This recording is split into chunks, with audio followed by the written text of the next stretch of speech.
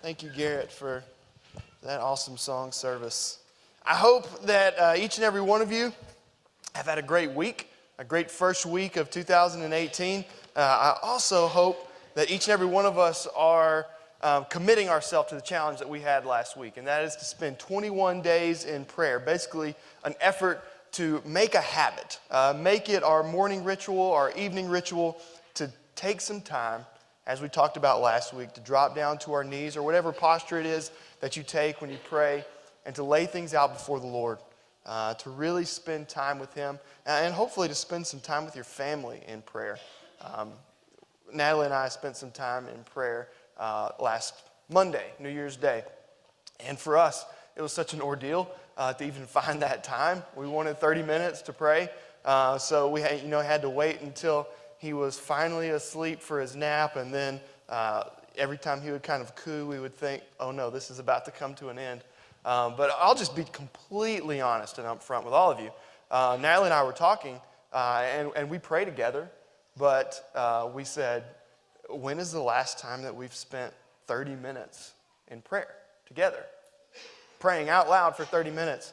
And there was sort of, before we entered into it, just being honest, there was sort of this moment where we were kind of like, can we do this? Like, do we have enough to say for 30 minutes? That's a long time, right?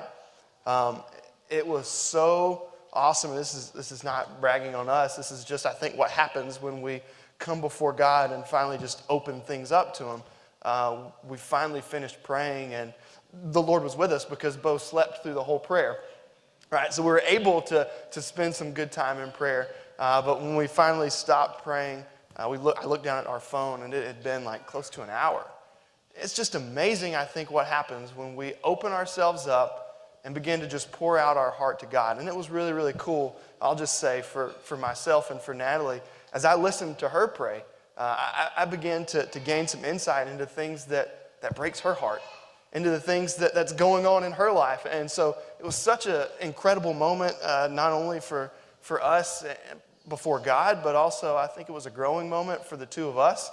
And so that's something that I'm going to commit to continuing doing, not just through these 21 days, but spending time in prayer with our spouses, with our families, with our parents, with our children, our siblings, whoever it is. Spending time in prayer as a family is such an important thing. So I want to challenge you to continue doing that. In the bulletin, you'll see we've got some guidance for each day, some specific things that we're going to pray for. So we're all in this together, so let's continue praying together in 2018. I listened to a podcast this week. It was one of the TED Talks, TED Radio Hour, and the topic of it, the theme was, what is beauty? What is beauty? And so they engaged in some interesting questions. They sort of looked at sort of the psychology behind beauty. They asked some questions. Is there such thing as universal beauty? Is there such thing as something that everybody across the globe recognizes as being beautiful? Or is it just a subjective thing? Is beauty different to all of us? There's some interesting points that were made throughout this podcast, but there was one that stuck with me. And I hope to maybe illustrate this to you a little bit this morning as we dive into our study of Luke. So, I've said this before, and I've used art in some sermons before, and I'm finding that I've said my whole life that I am not an art guy. I don't really know a whole lot about art. I don't know that I've ever been a great appreciator of art, but as I've gotten older, there's something about pieces of art that have begun to just sort of grab me. And I think there's a lot of spiritual truths that we can find in some art, and particularly as we're going to look at this morning in the beauty of art. So this is a painting of a ballerina. It's a good painting, right? So I want everybody to just pretend right now that you're walking through an art gallery and you've now stood in front of this painting and you're just looking at it and you're thinking about this painting, okay? Can we do that? So we're all here. We're trying to think of the pretentious things that we're going to say about the painting, the brush strokes and all these things. But if you just look at the painting, it's a good painting, right? But I don't know if it's a great painting. Again, I'm not an expert. I don't know what makes something a great painting. But it's good. This next painting is by the same artist. And I look at this and I think, this is pretty good. I think maybe I like this one a little bit more. But I don't know if this is beautiful. And this is no disrespect to the artist here, but when I first saw this painting, my thought was, that's good. I appreciate it. I couldn't do that. I couldn't paint that. But I don't know that that's any different than anything that would be hanging in like a hotel lobby or something, right? I would be honored if someone hung my painting up in a hotel, but I think for an artist, that's not like the highest form of compliment. This just looks maybe like a hotel painting. Nothing too special, nothing too significant about it, right? So is this beautiful? We'll ask that question. Maybe. Now let me tell you something about the artist that painted this painting. This is made by a lady named Lisa Fittipaldi. And in the middle of Lisa Fittipaldi's life, she grew up and she was never an artist, kind of like myself, I guess. Never had too much of an interest in art, never learned how to paint, anything like that. And in the middle of her life, she completely lost her eyesight. She went completely blind. And only in that moment when she loses her eyesight did she decide, I'm going to learn how to paint. And so she has these images in her head which she can no longer see. And so what she does is she once could see, so she has a concept of color. And so she has someone add different grit to the different colors. And she'll reach into her palette and she'll feel the paint. And she can tell this is yellow or this is blue based on the different textures that have been added to the paint. And then she'll take her brush and she'll begin to paint.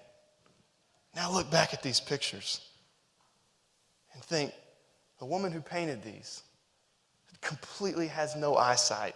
She did it all by touch, by feel, deciding what paints or what colors are what, and then she put it to canvas. When you look at that, and you think that this was created by a lady who is blind, that's amazing, isn't it? There's beauty in this painting now that I know what went into making it. I want to look at one more, or two more. This is a sketch of New York City. Again, that's pretty good. That's pretty detailed, something that I couldn't do. But I don't know that that's beautiful, right? Just black and white sketch painting of the New York City skyline. There's one more picture here. Now let me tell you the story behind this sketch of New York City. This man right here, his name is Stephen Wiltshire. He's from London. And Stephen Wiltshire has been diagnosed with autism at a very young age.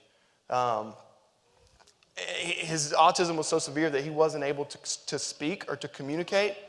But at the age of like 6 or 7, Stephen Wiltshire developed his own alphabet using pictures, and that's the way that he communicates with his family. They found out something that he loved to draw and he loved to listen to music, and so he would look at things and he would sketch these beautiful sketches. And as he got into his adult life, they found out that he has this incredible, amazing, beautiful mind. That he can look at things and have just an incredible photogenic memory. And so this sketch right here is an 18-foot-long mural of the New York City skyline. But what makes this even more special is this. He drew this picture in perfect detail after a 20-minute helicopter ride across the city. He's not looking at a picture of New York City. He literally flew across the city for 20 minutes, gained a picture in his mind, and came into this studio and drew an 18-foot mural. And he's done this with Hong Kong, he's done it with Paris, and he's done it with Rome and all of these different places. And the people who have inspected these sketches says it's incredible. The detail, the number of windows, the number of columns are all perfect. When you look at that, this previous sketch, think anybody could kind of do that.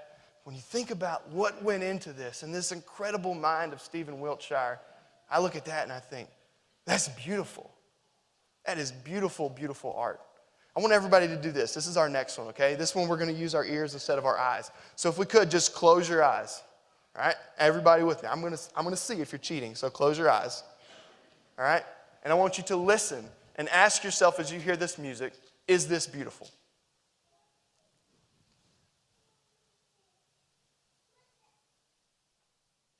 We have our sound.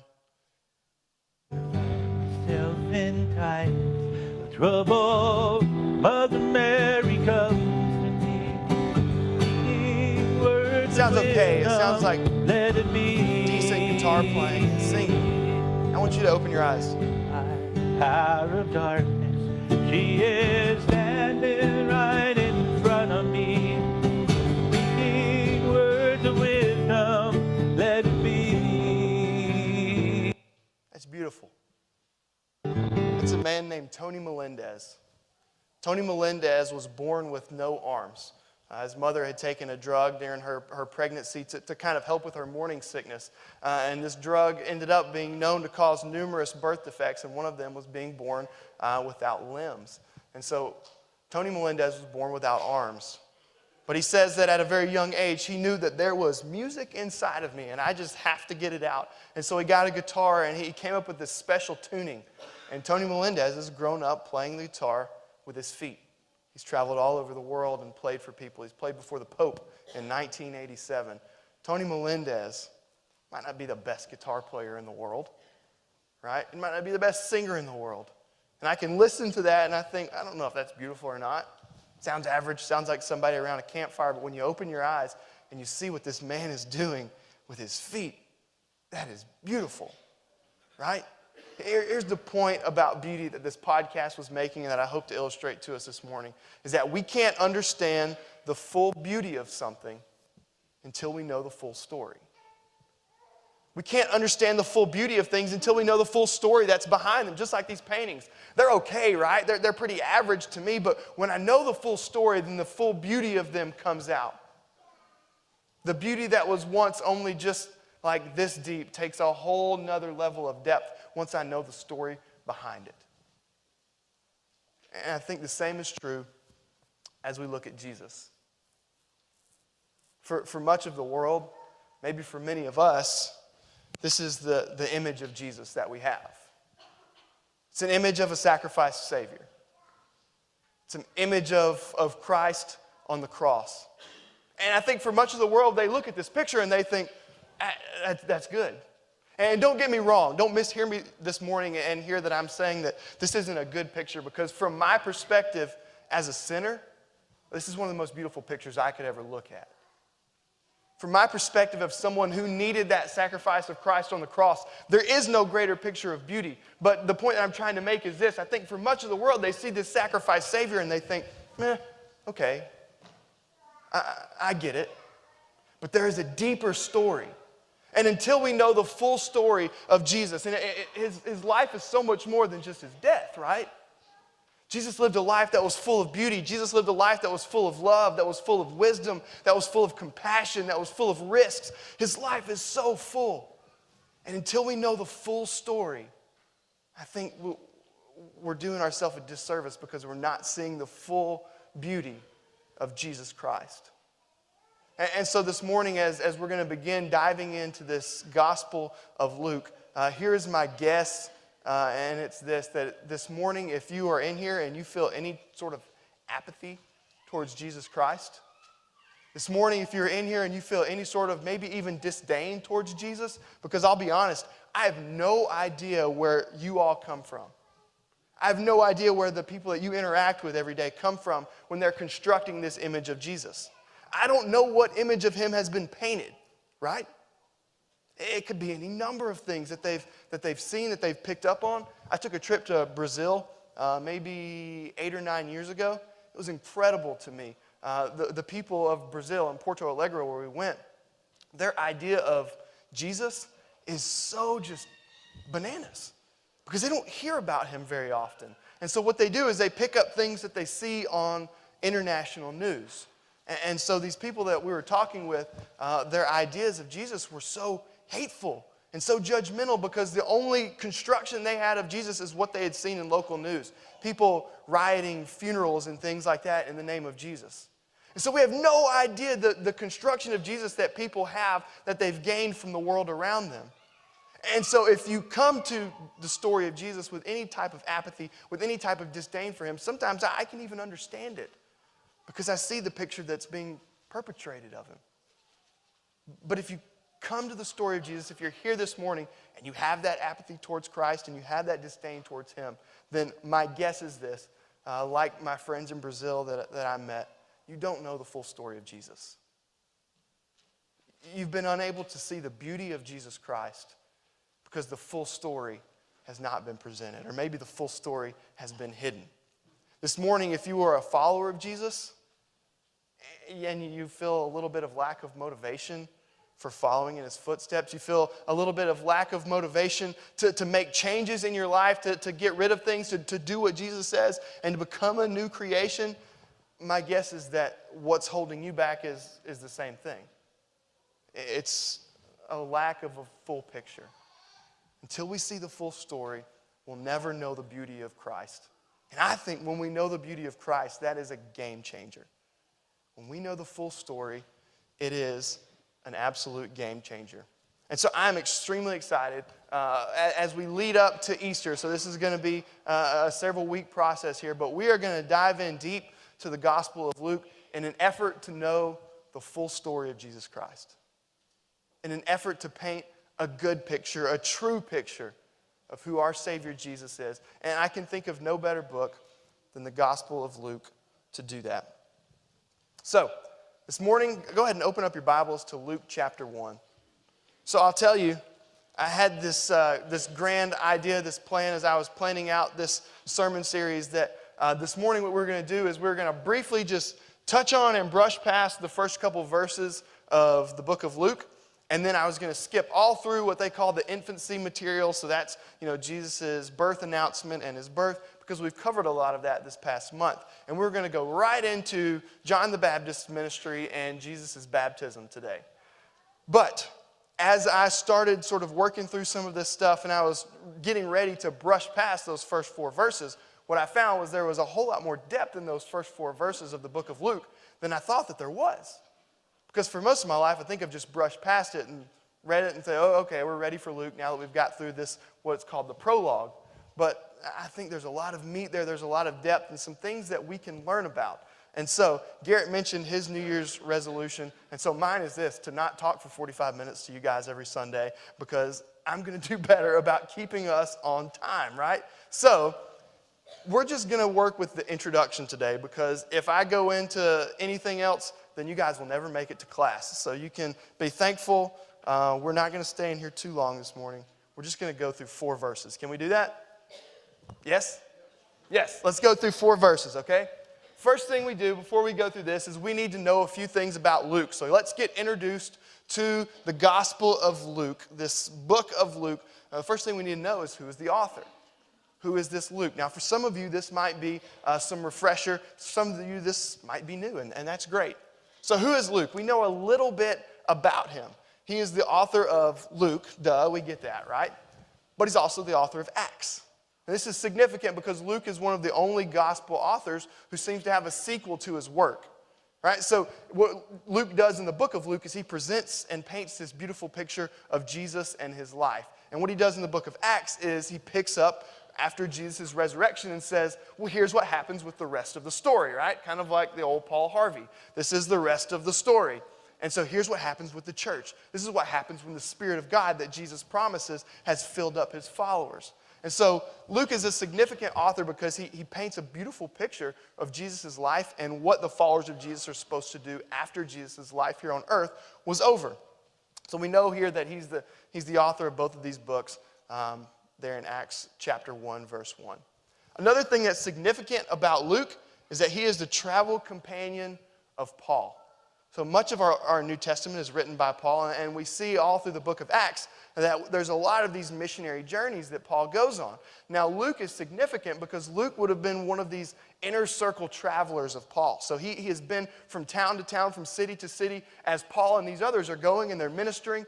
And I think this is important for a man who has compiled this gospel, this book of stories and accounts of Jesus' life, to know that he traveled widely. He didn't just stay in one city and hear what one city had to say about Jesus. No, he went from place to place to place. He sat in churches all over as people were giving firsthand accounts. Here's what Jesus said, and here's what Jesus did. So we see from these texts in Acts that Luke was a travel companion of Paul. The next thing we see is this, and this is important. This is one of these like Jeopardy trivia facts about Luke, but he was a physician. There in Colossians, it talks about him being known as the good doctor, the good physician, okay? And so why is this important? Why do we need to know Luke's job? It doesn't really matter that much. I think it's significant as we look at what Luke does to know his profession. In this day and age, in this culture, basically a physician was somebody who was well-read, somebody who studied a lot. So we know that Luke is an intellect. Luke is wise. Luke is a studier. Luke is a thinker, okay? And so a lot of this is going to show up in Luke's work. A lot of this is going to show up in Luke's presentation of the story of Jesus. It's so interesting the way that Jesus uses these gospel writers, Jesus uses these Bible writers as he compiles up his holy word. As he takes these men, he takes these people, and he uses these significant things about them so that his work can be done. And I think what God was doing, the Holy Spirit was doing through Luke was saying, you are a thinker, you are an intellect, you are one who dives in and one who sort of gains knowledge. Now let me use that. Let me give you the knowledge about me so that you may spread it out and pass it along to others. So we have this sort of rough sketch of who Luke is. Luke's experience of the story of Jesus not only changes his life, but it changes the world. So as Luke is this travel companion of Paul, as he's going around, we know that Luke is being more and more and more acquainted with the story of Jesus. And as Luke dives into this story of Christ, I think that Luke's life was changed, and things begin to change for him. And so he feels compelled, and we're going to read about that in a second, to write and to present this gospel. So Luke's experience with the story of Jesus, the full story of Jesus, changes not only his life, but it offers these incredible stories that you and I love so much. What would we do without the stories that we find in the book of Luke? What would we do without the story of Jesus' birth announcement as Mary finds out that she's going to be pregnant with Jesus? What would we do without some of the stories like the prodigal son, these parables? The prodigal son, the parable of the lost coin, the Good Samaritan, all of these things significant to the book of Luke. The story of Zacchaeus. The teens can tell you, I've taught the story of Zacchaeus like 30 times since I've been here. I love that story, right? We could go on and on and on. All these things that are significant to the book of Luke. Luke was changed by these stories.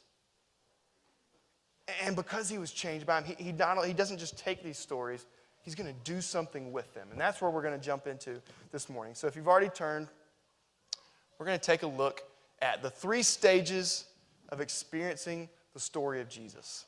And what I want to do this morning as we briefly look at these 4 verses is to ask you to do something. You don't have to raise your hand. You don't have to say, hey, this is me. This is where I'm at. I just want you to think internally, which one of these stages am I in right now?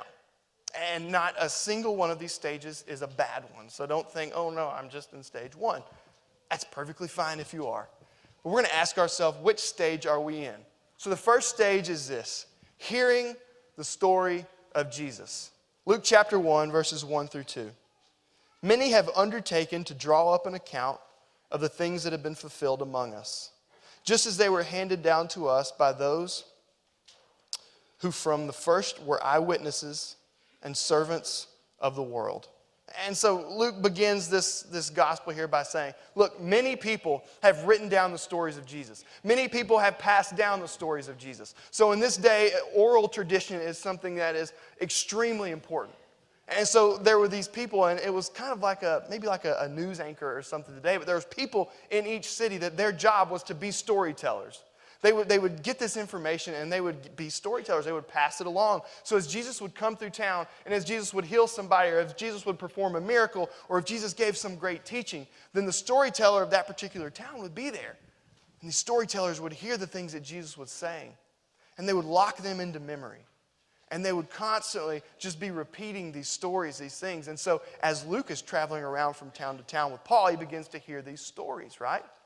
And so he begins this gospel by saying, look, many people have written down these stories. Many people have passed them down orally. We have heard these stories. Scholars believe that likely Luke has access to the Gospel of Mark. It's the first known gospel to be written. And so as you look at Luke and you look at the book of Matthew as well, a lot of the same material is in there. So they share a lot of this material from the book of Mark. And so we know that Luke has access to Mark. And there's also several other sort of unauthorized copies of things that Jesus has done. There's something called the Q source, which is basically just stories that have been jotted down through this like oral tradition, and somebody has written these things down, and it's just things that Jesus has done. And so what Luke begins by saying is this: look, we've heard the stories. We've heard the stories of Jesus. We've seen the things that Mark has copied down. We've seen the things that other people have written down that Jesus has done. And Luke, we know, is a Gentile believer. So at some point in Luke's life, somebody for the very first time presented this story of Jesus to him. At some point in Luke's life, for the very first time, he hears the story of Jesus. Whether it came from the Gospel of Mark, whether it came from some other source, whether it came from the mouth of somebody like Paul or Peter or whoever, Luke has heard the story of Jesus, and it has changed him significantly. Can you remember the first time you heard the story of Jesus? I can't. I was thinking about that this week, and I don't think that I can. And maybe that's a good thing. Maybe that's a beautiful thing to not remember, because I just grew up always hearing the story of Jesus. But maybe this morning you come from a different place, and you can remember the very first time I heard about Jesus Christ, this Messiah, this Son of God who came for me. For me, I feel like my whole life, sort of the stories of Jesus, if this makes any sense, were just sort of stacking up on my heart.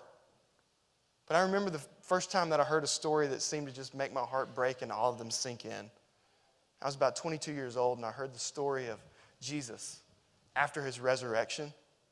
And he comes, and Peter is just absolutely heartbroken because he's denied Christ. He's turned his back on his friend, his teacher, his Messiah.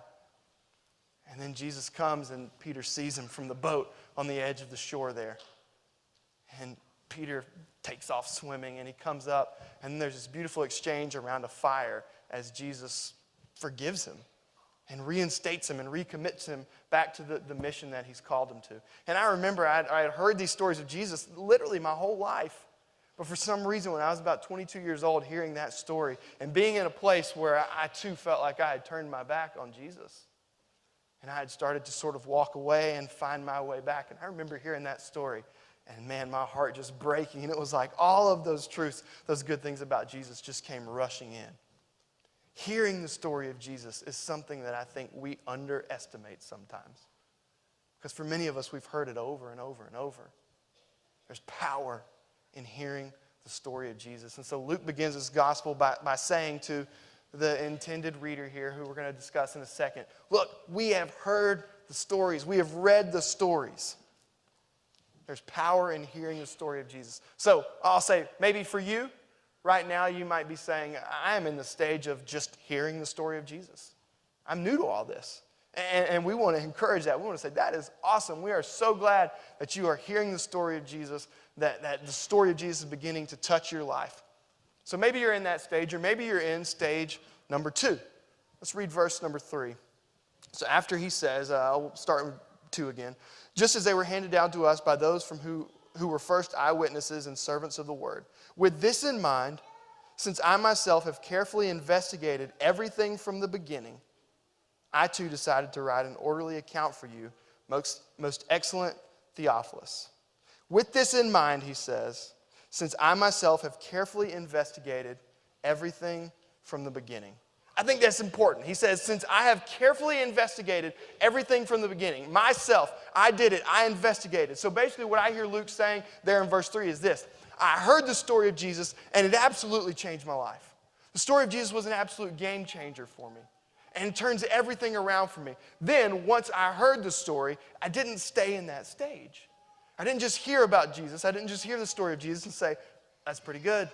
That's a total game changer. No, what Luke says is, then I begin to investigate. Then I begin to dig in. That Greek word that's used there for investigate means to do like an autopsy, right? He says, I am diving in and I am sifting around trying to figure out everything that I can know about Jesus. I think this is such an important step in experiencing the story of Jesus, is that moment after we've heard the story that we now dive headfirst into it. That moment that, like Luke, we crave to know more. I need to know more about him. You guys ever had a Lindor truffle? Nod your head if you've had them. Lindor truffle. They're amazing, right? I'd never had one before, and Natalie and I were watching TV several weeks ago, and there was a commercial for one, and it was like, they crack it open and all that caramel and stuff rolls out, and she goes, look, if you ever want to get anything for me, that's the thing to get me. So, being a good husband and a good listener, I was like, got it, noted, Lindor truffles. I was at Publix, they have them on sale, and I was like, yes, I'm going to bring these home and be a rock star. And so I bring them home, and we each eat one. I've never bitten into anything so delicious in my life. And I ate that thing, and I was like, oh, I've never had anything like this before. This is amazing. The very next day, Natalie gets sick, and so she doesn't want to eat anything. She's eating like crackers and soup, and I keep walking past the kitchen table and seeing this box of Lindor truffles. So what do? I save them for her until she gets well. No, I eat them all. Every single day for about 6 or 7 days, I walked past the kitchen table and was like, I remember what those taste like. I'm just going to have one, and I would eat it. And I would come back the next day, and then I would eat it. And finally, after about 6 or 7 days, I went into the bedroom, and I said, hey, you remember those Lindor truffles? Yeah, there's none left. I promise I'll buy you some more. I think for Luke and for many of us, engaging with the story of Jesus is a lot like biting into that Lindor truffle. So that hearing stage number 1 would be biting into the story of Jesus. Stage number 2 would be that moment where you say, this is so good, this is so incredible that I need more of it, right? I want to know everything. And so that's what we see Luke doing. He tells Theophilus, who he's writing to, look, I have investigated, I've performed this autopsy to really pull out who Jesus really is, to paint a full picture for you of who Jesus is.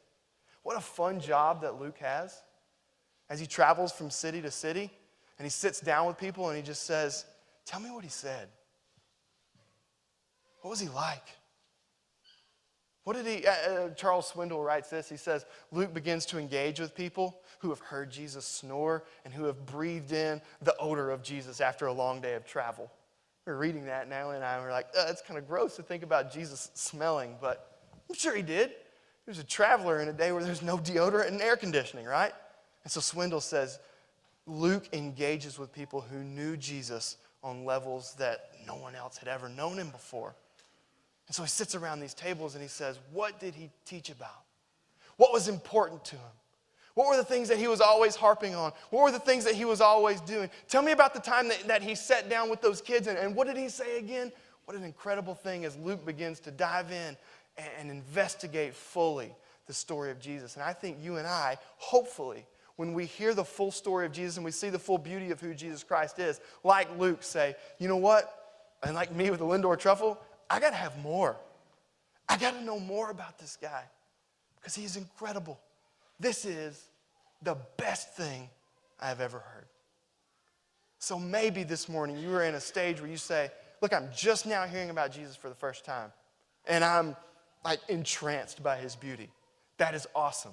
Maybe this morning you are in the stage number 2 where you said, look, I've heard about Jesus my whole life. I've heard the story before, and now I'm just trying to know more and more and more and more because he is literally the greatest thing that I've ever experienced. And if you're in stage number 2, just like stage number 1, that is awesome, and that is great. But the question that I think we have as a church is this, okay? And this is important. Listen, pay attention. If we're in stage number 1 or if we're in stage number 2, where is that leading us? Where is it leading us? Because I think we have a job. And our job isn't just to hear the story of Jesus. And our job isn't just to dive into the story of Jesus and learn more. Our job is to do something with the story of Jesus. So that brings us to the second half of verse 3 and the rest of verse 4 here. He says, with this in mind, since I myself have carefully investigated everything from the beginning, I too decided to write an orderly account for you, most excellent Theophilus, so that you may know the certainty of the things that you have been taught. So he makes his intentions known, which is a unique thing for a biblical writer to say, here's what this is all about. And so that's what Luke does. He says, look, I have heard the story, I have investigated the story, and now I have written it all down so that you, most excellent Theophilus, may know with certainty the things which you have been taught. Luke has heard the story, Luke has dove into the story, and now he's going to do something with it. So who is this Theophilus guy? There's a lot of different debates about it, but the most excellent title that he uses there makes a lot of people think that this is likely a Roman official. This is some sort of high-ranking Roman person, okay? And this name Theophilus in Greek means this, lover of God. So he says, most excellent lover of God. And so this high-ranking official, Theophilus, likely that wasn't his real name, but what a lot of scholars think is that Luke is writing to him using a code name because he knows that if he puts his real name, this guy could be in a lot of trouble. As this Roman government official, he might lose his job, he might lose credibility, he might lose his status as an official, and so he just writes simply, you know who you are, lover of God. most excellent Theophilus. So I think he writes it to him, but he also knows this is going to be something that is circulated. He writes this to all the lovers of God. He writes it to us. He writes it to the church. He writes it to those people who are seeking to know the full story of Jesus. And so Luke writes to him, and he says, here are the things, as I've performed this autopsy, as I've sifted through all the stories, he says, I have put it together in an orderly way so that you may know with certainty the things that you have been taught. One thing that I read this week was, I was asking myself the question, why did he need to know with certainty the things that he had been taught? And what I sort of discovered was this. As a Roman citizen there would have been a lot of people saying, this is a bunch of baloney. All of this Jesus stuff, there's no way, Theophilus, that stuff is true. Some people think that Theophilus, his path to being a Christian, a follower of the way in Jesus, was first through Judaism. That he was converted to Judaism and then became a follower of Jesus. And if that is true, then what he would likely have is not only his Roman citizen, fellow Gentile people there saying this, but now he's also got these Jewish leaders who are saying, listen, don't buy into all this Jesus stuff. I don't know about it, Theophilus. And so Luke writes to him and says this, look, you have heard the story, and I have heard the story, and I have dove into the story, and I have gathered all of the knowledge and all the beautiful things about Jesus, and I want to tell them to you, Theophilus, so that you may know with certainty he's as good as they say he is. And he's exactly who he says he is. I'm writing this to you, Theophilus, so that you may know that this beautiful picture of Jesus that you've heard about is absolutely 100% true. Church, I think the mission that you and I have is this. Whether we're in stage number 1 of just hearing the story of Jesus, whether we're in stage number 2 of saying, I've heard the story, it has changed me, now I'm learning more about it, we have to be moving in a direction like Luke, where we're taking this beautiful truth of Jesus that we know and taking it to the world around us to say, look, I don't know the picture of him that's been painted for you. I don't know what sort of construction of Jesus you have in your life, but let me tell you this. I have experienced him. And I would love to tell you that he is as good, if not better, than what you know to be true. We can't just stay at hearing the story. We can't just stay at like enjoying the story and engaging more in the story. We have to be moving in a direction towards sharing the story. Reese read this morning, 2 Corinthians chapter 5, verse 20. There's this word there that's used where it says that we are ambassadors for Christ. We are therefore Christ's ambassadors, as though God were making his appeal through us. We have a job. We have a mission to be people who take this truth of who Jesus is and share it with the world around us. The world needs the curtain peeled back so that they may see the beautiful story that is behind Jesus. The full beauty of him cannot be known until the full story is known. The church must know fully the story and the life of Jesus. The church must know fully the love and the compassion of Jesus. The church must know fully the teachings of Jesus because the church has a responsibility, like Luke, to accurately and effectively pull back the curtain and reveal the beautiful story of Jesus. This morning, I am extremely excited because for the next several weeks, we're going to be walking through something that is so beautiful and that is so good and that is so rich.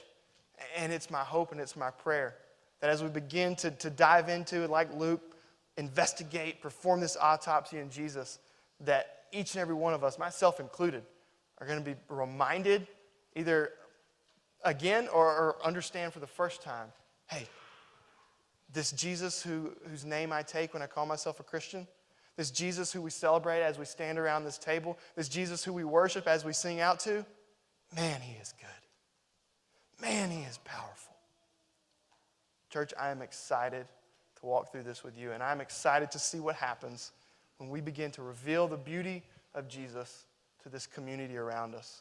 This morning, if you've heard about Jesus, or maybe you just want to step up and say, look, I've been standing in one place for a long time. I'm ready to know more about him. And I'm excited, then we want to pray for you for that. But this morning, especially, if you just don't know the story of Jesus, but something you've heard has touched you, or maybe something you've heard as recently or this morning has begun to break that heart, and let some of those things fall in, then I want to ask this morning that you come forward so that we can wrap our arms around you, so that we can pray for you, and we can just lift you up before the Lord. Please come forward as we stand together and as we sing.